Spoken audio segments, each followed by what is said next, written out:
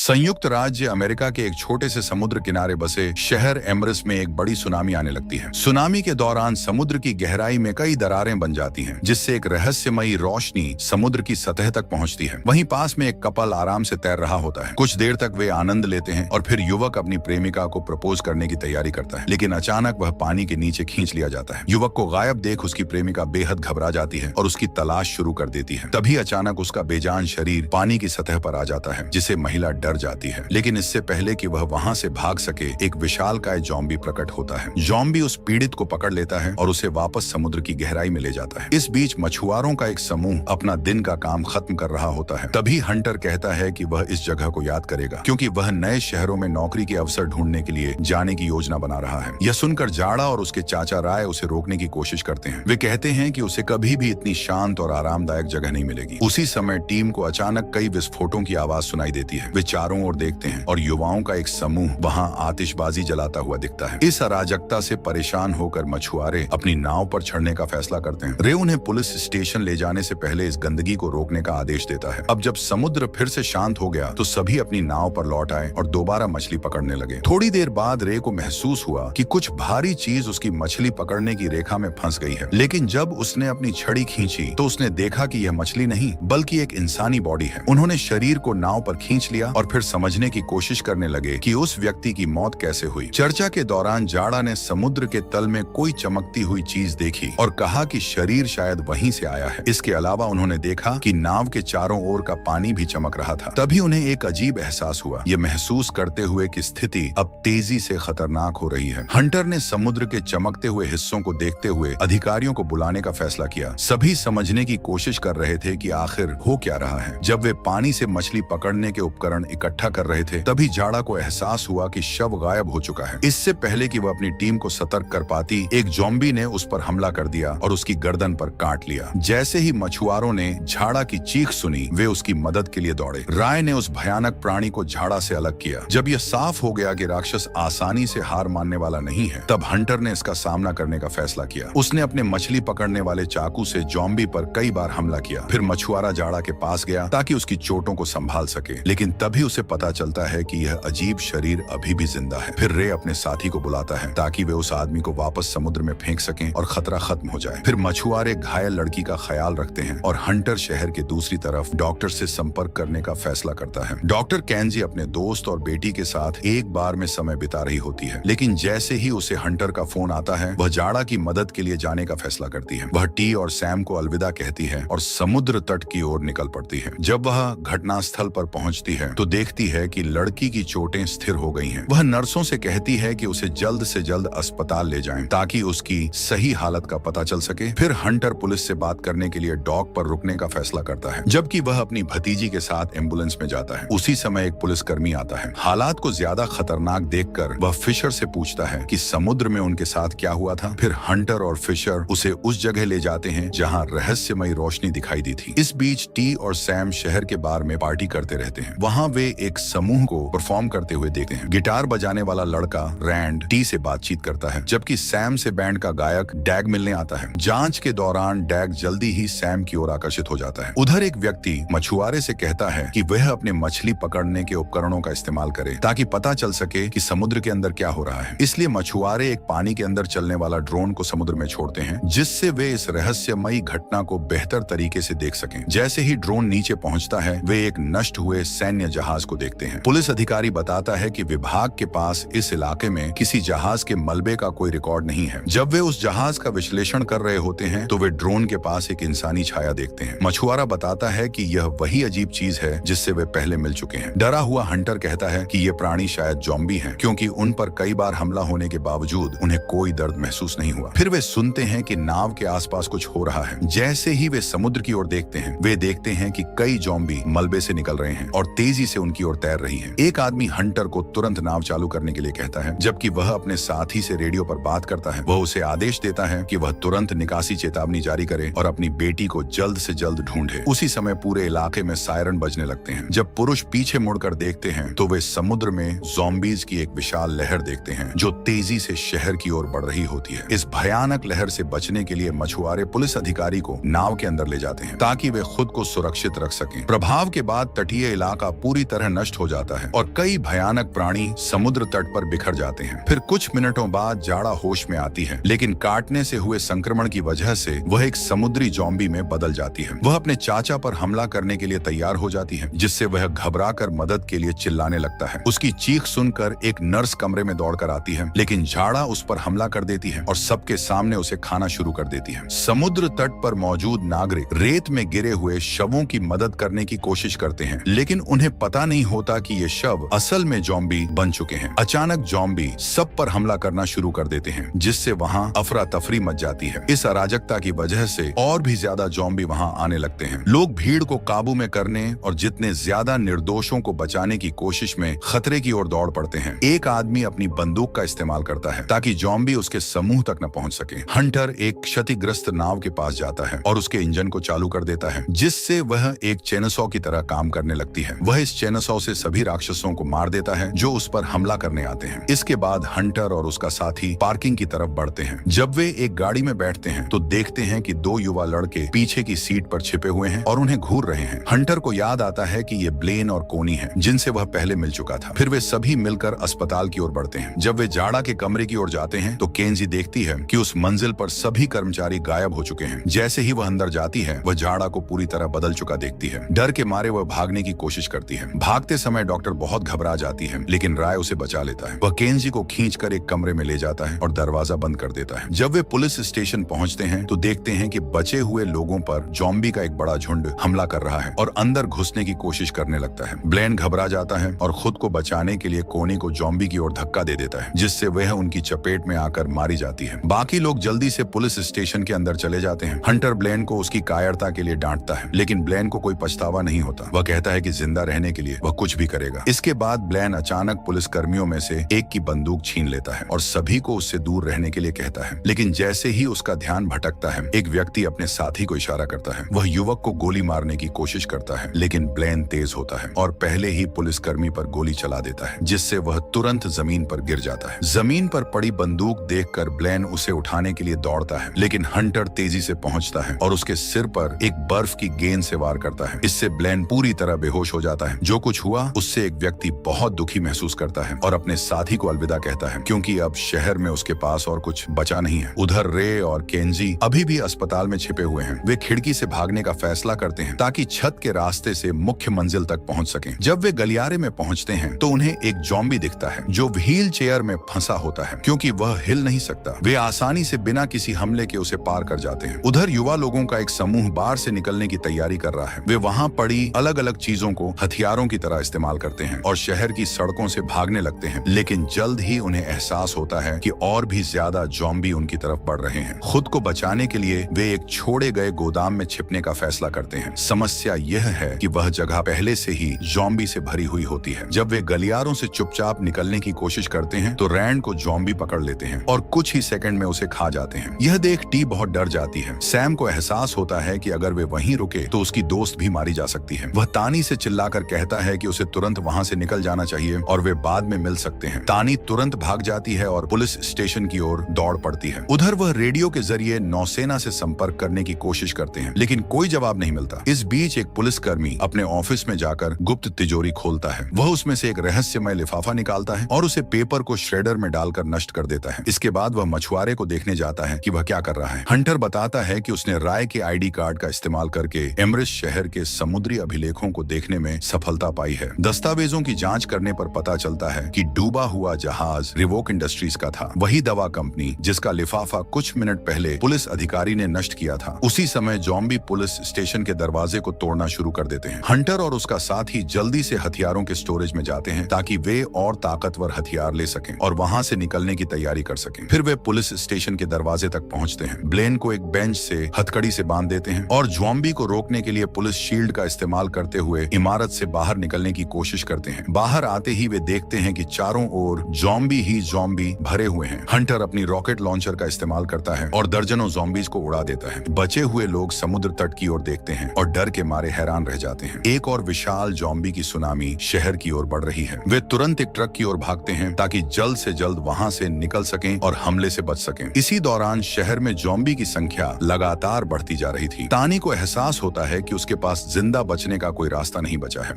Zombie उसे चारों तरफ से घेर चुके हैं। वह आखिरी उम्मीद के तौर पर वह पहाड़ों में स्थित एक घर की ओर भागने का फैसला करती है ताकि वह शहर से दूर एक सुरक्षित जगह शरण ले सके। डैग और सैम भी जॉम्बी से बचने के लिए भाग रहे थे। जब वे पार्किंग एरिया में पहुंचे तो उन्होंने देखा कि उनका बैंड वैन वहीं खड़ा है और ड्रम बजाने वाला लड़का अब भी अंदर सो रहा था, जैसे कि बाहर कुछ हुआ ही न हो। डैग और सैम हड़बड़ाते हुए वैन की ओर दौड़ते हैं और ड्रमर को आवाज देते हैं। तभी ड्रमर देखता है कि उसके दोस्त कई जॉम्बी से घिर चुके हैं। वह जॉम्बी से लड़ने की कोशिश करता है लेकिन वह कमजोर पड़ जाता है और हार जाता है। डैग और सैम उसे छोड़कर वैन में चढ़ जाते हैं और वहां से भाग जाते हैं। उधर तानी एक गांव के घर में पहुंचती है और मार्टी नाम के आदमी से मिलती है। मार्टी दरवाजा खोलकर उसे अंदर आने देता है ताकि वह जॉम्बी से बच सके। कुछ देर बाद तानी मार्टी का रेडियो उधार लेती है और इसका इस्तेमाल अपने पिता से संपर्क करने के लिए करती है। उसके पिता उसे घर पर रहने के लिए कहते हैं क्योंकि वह जल्द ही उसे पुलिस स्टेशन से लेने आने वाले हैं। इसी बीच ब्लेन, जो पहले हथकड़ी में था, किसी तरह खुद को आजाद कर लेता है और जैसे ही वह बाहर निकलने की कोशिश करता है उसे कोनी रोक लेती है। कोनी, जो अब जॉम्बी बन चुकी है, वह ब्लेन पर झपट पड़ती है और उसे तुरंत मार देती है। उधर सैम और डैग शहर की पार्किंग में फंस जाते हैं और चारों तरफ से जॉम्बी से घिर जाते हैं। डैग जॉम्बी का ध्यान अपनी ओर खींचने का फैसला करता है ताकि सैम को भागने का मौका मिल सके। उसी समय हंटर वहां पहुंचता है। हंटर अपनी बंदूक से जॉम्बी को मारता है ताकि सैम सुरक्षित ट्रक तक पहुंच सके। इधर डैग पर एक जॉम्बी हमला कर देता है और उसे गिरा देता है। यह देखकर कि डैग के बचने की कोई उम्मीद नहीं है, बाकी लोग वहां से निकलने का फैसला करते हैं। अब पूरा समूह अस्पताल की ओर जाने का फैसला करता है ताकि वे रे और केंजी को बचा सकें। चूंकि सैम अस्पताल को अच्छी तरह जानती थी, उसने सुझाव दिया कि वे नर्स के वार्ड में जाएगी ताकि अपनी माँ से फोन पर बात कर सकें। फिर लड़की गलियारे में भागती है और फोन उठाती है और खुद को एक कमरे में बंद कर लेती है। वहाँ वह अस्पताल के लाउड स्पीकर से अपनी माँ को बुलाती है। केंजी फोन पर बात करती है और हंटर आग बुझाने वाले यंत्र से राक्षसों को भगाने की कोशिश करता है। वे सभी ज़ॉम्बी से लड़ते हैं और उन्हें कमरों में बंद कर देते हैं, लेकिन शोर सुनकर एक खतरनाक ज़ॉम्बी वहां आ जाता है। सैम हंटर के दिए हुए चाकू से दरवाजा तोड़ देती है। तभी सैम उस पर हमला करती है जिससे वह डरकर पीछे हट जाता है और दूसरी तरफ हंटर को समझ आता है कि वे चारों तरफ से घिर सकते हैं, इसीलिए वह जल्दी से इमारत के बिजली के तार पकड़ लेता है। इससे बिजली का झटका लगता है और ज़ॉम्बी कांपने लगते हैं। फिर लड़ाई खत्म होने के बाद रे और केंजी वहां आ जाते हैं। जब सभी एक साथ होते हैं तो वे पार्किंग की तरफ भागते हैं। अब वे सुरक्षित हैं। बचे हुए लोग मार्टी के घर जाते हैं जहां तानी अपने पिता का इंतजार कर रही होती है। जब उसके पिता उसे देखते हैं तो बहुत खुश हो जाते हैं। हवेली में दाखिल होने के बाद एक पुलिसकर्मी जगह की जांच करने का फैसला करता है, लेकिन जैसे ही वह एक कमरे में प्रवेश करता है, एक ज़ॉम्बी उस पर हमला कर देता है और उसके हाथ को काट लेता है। ज़ॉम्बी को देखकर वह डर कर वहां से भाग जाता है। बाकी लोग उसे रोकने के लिए इकट्ठा होते हैं, लेकिन वह सभी को चकमा देकर भागता है और सीधे केंजी पर हमला करता है। केंजी जल्दी से दीवार से एक हथियार उठाती है और ज़ॉम्बी से लड़ने लगती है। इस बीच मार्टी अपने टेसर से ज़ॉम्बी को मारता है, जिससे वह तुरंत बेहोश हो जाता है। थोड़ी देर बाद रे एओन के पास आता है और बताता है कि उसे ज़ॉम्बी ने काट लिया है। यह सुनकर तानी बहुत दुखी हो जाती है और खुद को दोषी मानने लगती है। मार्टी समझाता है कि वह इन राक्षसों का अध्ययन कर रहा था ताकि पता चल सके कि उन्हें हमेशा के लिए कैसे खत्म किया जाए। उसने अपने घर में एक ज़ॉम्बी को बंद कर रखा था ताकि उस पर रिसर्च कर सके। वह बताता है कि बिजली ही ज़ॉम्बी को रोकने का एकमात्र तरीका है, इसलिए उसने अपने टेजर को मछुआरे के हथियार से जोड़ दिया जिससे वे ज़ॉम्बी को खत्म कर सकें। फिर हंटर एक योजना बनाता है। वह सुझाव देता है कि वे ज़ॉम्बी को समुद्र तट तक ले जाएं और वहां गिरे हुए खंभों के तारों का उपयोग करें। पानी के कारण बिजली का झटका ज़ॉम्बी को खत्म कर देगा। पानी की वजह से हर कोई बिजली के असर में आ सकता था, लेकिन उनके पास एक अच्छी योजना थी। इसे काम करने के लिए उन्हें नाव को उड़ाना था। मार्टी ने बताया कि यह कोई समस्या नहीं है और अपना हथियारों का भंडार दिखाया। हंटर ने कहा कि वह रास्ते में आने वाले ज़ॉम्बी से निपटेगा, जबकि बाकी लोग समुद्र तट पर जाल तैयार करेंगे। जब सब कुछ तैयार हो गया तो बचे हुए लोग विस्फोटक पैक करने लगे। हंटर राक्षसों से लड़ने के लिए द्वार की ओर बढ़ा, तभी अचानक उसका टेजर काम करना बंद कर देता है। यह देखकर कि हंटर खतरे में पड़ सकता है, केंजी उसकी मदद के लिए बाहर आ जाती है, लेकिन हंटर केंजी को पास आने के लिए चिल्लाता है। इस बीच केंजी अपने हथियार से राक्षसों पर हमला करने लगती है। फिर हंटर अपनी ताकत का इस्तेमाल करता है और ज़ॉम्बीज को मशीन की तरफ धकेलता है जो लकड़ी काटने का काम करती है। धीरे धीरे वे बगीचे में जमा लाशों के बड़े समूह से लड़ते हैं। एक एक कर वे लाशों को मशीन में फेंकते हैं, जिससे रास्ता साफ हो जाता है और बाकी समूह आगे बढ़ सकता है। लड़ाई खत्म होने के बाद बचे हुए लोग हवेली के बाहर इकट्ठा होते हैं। वे विस्फोटकों से भरे बैग उठाते हैं और समुद्र तट की ओर पैदल चल पड़ते हैं। रास्ते में वे एक छोटी गुफा में रुकते हैं ताकि थोड़ा आराम कर सकें और आगे की योजना बना सकें। तभी एक मछुआरा अपना बैज हंटर की ओर फेंकता है और कहता है कि अब उसकी बेटी और पूरे समूह की सुरक्षा हंटर के हाथों में है। उसे एहसास होता है कि उसके पास ज्यादा समय नहीं बचा है, इसलिए वह ज़ॉम्बी के बारे में सब कुछ बताने का फैसला करता है। वह बताता है कि 30 साल पहले रिवोक नाम की कंपनी शहर में आई थी और उन्होंने दावा किया था कि वे दुनिया का पहला एंटी एजिंग पदार्थ बना रहे हैं। लेकिन असली समस्या यह थी कि यह देखने के लिए कि दवा काम कर रही है या नहीं, उन्हें इसे गुप्त रूप से इंसानों पर टेस्ट करना था। इसके लिए उन्हें ऐसी जगह चाहिए थी जहां सरकार उन्हें न रोक सके। इसलिए कंपनी ने पुलिस और सरकारी नेताओं को भारी रकम दी ताकि वे इस खतरनाक प्रयोग को छुपा सकें और किसी को इसकी खबर न लगे। हालांकि कंपनी के लोगों ने दवा के बारे में झूठ बोला। असल में उसमें बहुत खतरनाक दुष्प्रभाव थे। इसके कारण कंपनी ने टेस्ट किए गए लोगों को शहर से हटाने के लिए एक सैन्य जहाज भेजा। उसने यह भी बताया कि जब हंटर ने समुद्र में जहाज का मलबा पाया तो वह पहले से जानता था कि यह वही जहाज था जो अब ज़ॉम्बी बन चुके हैं। यह कहानी सुनकर केंजी कहती है कि यह सब जानबूझकर किया गया था। इसका मतलब है कि वैज्ञानिक एक ज़ॉम्बी सेना बनाने की कोशिश कर रहे थे जो पूरी आबादी को खत्म कर सके। तभी कुछ ज़ॉम्बी आसपास दिखाई देने लगते हैं। तभी हंटर तुरंत जीवित बचे लोगों को भागने का आदेश देता है और खुद अपने इलेक्ट्रिक माचे से ज़ॉम्बी से लड़ने लगता है। मछुआरा रास्ते में आने वाले सभी राक्षसों को खत्म करता है। वह कई ज़ॉम्बी को बिजली के झटके देकर भून देता है। अचानक एक ज़ॉम्बी हंटर पर छलांग लगाता है जिससे वह जमीन पर गिर जाता है। उसी वक्त मार्टी प्रकट होता है और अपने इलेक्ट्रिक चाकू से ज़ॉम्बी पर हमला करता है जिससे खतरा तुरंत खत्म हो जाता है। लड़ाई खत्म होने के बाद मार्टी अपना चाकू मछुआरे को सौंप देता है और दोनों बाकी समूह के पास लौट आते हैं। लेकिन समस्या यह है कि कोनी के पास अब आगे बढ़ने की ताकत नहीं बची। जैसे ही वह गुफा से बाहर निकलती है वह जमीन पर गिर जाती है और दूसरी ओर तानी ने अपने पिता के हाथों में एक विस्फोटक रख दिया और बाकी बचे लोगों के साथ जुड़ गई। अब पुलिसकर्मी भी ज़ॉम्बी में बदल चुका था, लेकिन उसकी बेटी द्वारा दिए गए ग्रेनेड की मदद से वह ज़ॉम्बी फट जाता है और अन्य राक्षस डॉग्स के नीचे गुफा में फंस जाते हैं। अब समूह अपनी योजना को अंजाम देने के लिए तैयार था। मार्टी ने अपने रिमोट डिवाइस से हवेली में लगे विस्फोटकों को एक्टिवेट कर दिया जिससे वहां मौजूद सभी ज़ॉम्बी नष्ट हो गए। इस बीच हंटर और उसके साथी शहर वापस लौटने लगे। दूसरी ओर तानी और मार्टी रे के साथ नाव पर रुके रहे। वे बाहर जाकर इलाके का निरीक्षण करने लगे और जब उन्हें स्थानीय जनरेटर मिला, रे और बाकी लोग स्थानीय जनरेटर का निरीक्षण करने के बाद जहाज के सभी बमों को बंद करने के लिए तैयार होते हैं। मछुआरा गिरे हुए तारों को पानी के बड़े पूल में फेंकता है और केंजी और सैम को वहीं रहने के लिए कहता है। फिर वह समुद्र के बीच में अधिक से अधिक ज़ॉम्बी आकर्षित करने के लिए एक तेज आवाज वाली मोटरसाइकिल का उपयोग करता है। इस बीच मार्टी चमकते हुए पानी में गोता लगाने की तैयारी करता है, लेकिन जैसे ही वह पानी में कूदता है उस पर समुद्री ज़ॉम्बी हमला कर देते हैं और उसे खाना शुरू कर देते हैं। इसी दौरान एक ज़ॉम्बी नाव पर चढ़ जाता है जिससे रे अपने साथी को बचाने से रुक जाता है। वह ज़ॉम्बी को मारकर हमले से बचने में सफल होता है, लेकिन जब तक वह वापस देखता है मार्टी को ज़ॉम्बी पूरी तरह खत्म कर चुके होते हैं। अब समूह के पास ज्यादा समय नहीं बचा था, इसलिए रे तानी को पानी के पार भागने का आदेश देता है जबकि वह खुद नाव पर रहकर ज़ॉम्बी को आकर्षित करता है और विस्फोटक तैयार करता है। इसी बीच हंटर की मोटरसाइकिल फंस जाती है और जैसे ही वह वाहन से निकलता है मछुआरे का सामना एक विशाल ज़ॉम्बी से होता है जो उसे हर हाल में पकड़ने की कोशिश करता है। हंटर खुद को बचाने के लिए उस राक्षस पर कई वार करता है, लेकिन कुछ भी असर नहीं करता। वह बार बार हमला करता है, लेकिन ज़ॉम्बी पर कोई प्रभाव नहीं पड़ता। अब समय बहुत कम बचा था और उनको को जल्दी ही कोई रास्ता निकालना था, लेकिन तभी केंजी तुरंत वाहन को पानी के तालाब में चला देती है जिससे ज़ॉम्बी के झुंड का ध्यान उसकी ओर चला जाता है और वे साइड के चारों ओर इकट्ठा होने लगते हैं। हंटर पर हमला और तेज हो जाता है और आखिरकार वह जमीन से उठा लिया जाता है। खुद को छुड़ाने के लिए वह मार्टी के इलेक्ट्रिक चाकू का इस्तेमाल करता है जिससे विशालकाय ज़ॉम्बी की एक बांह फट जाती है। अब हंटर उसी कटे हुए हाथ को डंडे की तरह इस्तेमाल करता है और ज़ॉम्बी पर कई वार करता है। जब ज़ॉम्बी कमजोर पड़ जाता है तो वह अपना मैक उठाता है और उसके सिर को एक ही वार में काट देता है। इसी बीच रे विस्फोटकों को समुद्र में फेंकता है और उन्हें सक्रिय कर देता है जिससे सभी ज़ॉम्बी करंट लगने से मर जाते हैं। अब जब आधी योजना पूरी हो चुकी है, हंटर को अपने दोस्त रे से एक संदेश मिलता है जो उन राक्षसों को हमेशा के लिए खत्म करने वाला है। अपने सभी दोस्तों को बचाने के लिए हंटर पूरी तरह तैयार हो जाता है, लेकिन रे आगे बढ़ता है और नाव को पूरी तरह नष्ट कर देता है। अपने सबसे अच्छे दोस्त के बलिदान से दुखी होने के बावजूद वह समुद्र में एक और विशाल सुनामी पैदा करता है। हंटर हिम्मत बनाए रखता है और सड़क के बीच में उस बड़ी लहर की चपेट में आने से पहले वहां से भागने की कोशिश करता है, लेकिन हंटर को ब्लेन रोक लेता है। फिर मछुआरा बिना समय गंवाए अपने चाकू से उस पर वार कर देता है। तीसरी सुनामी के प्रभाव के बाद हंटर को बिजली के झटके से तेज सिर दर्द होने लगता है। बाद में हंटर केंजी और सैम से मिलता है। वे तानी को पानी से बचाते हैं और फिर महासागर की ओर देखते हैं जो अब जलीय ज़ॉम्बी से भरे एक विशाल समुद्र में बदल चुका है। सो इसी सस्पेंस के साथ यह कहानी यहीं पर समाप्त होती है।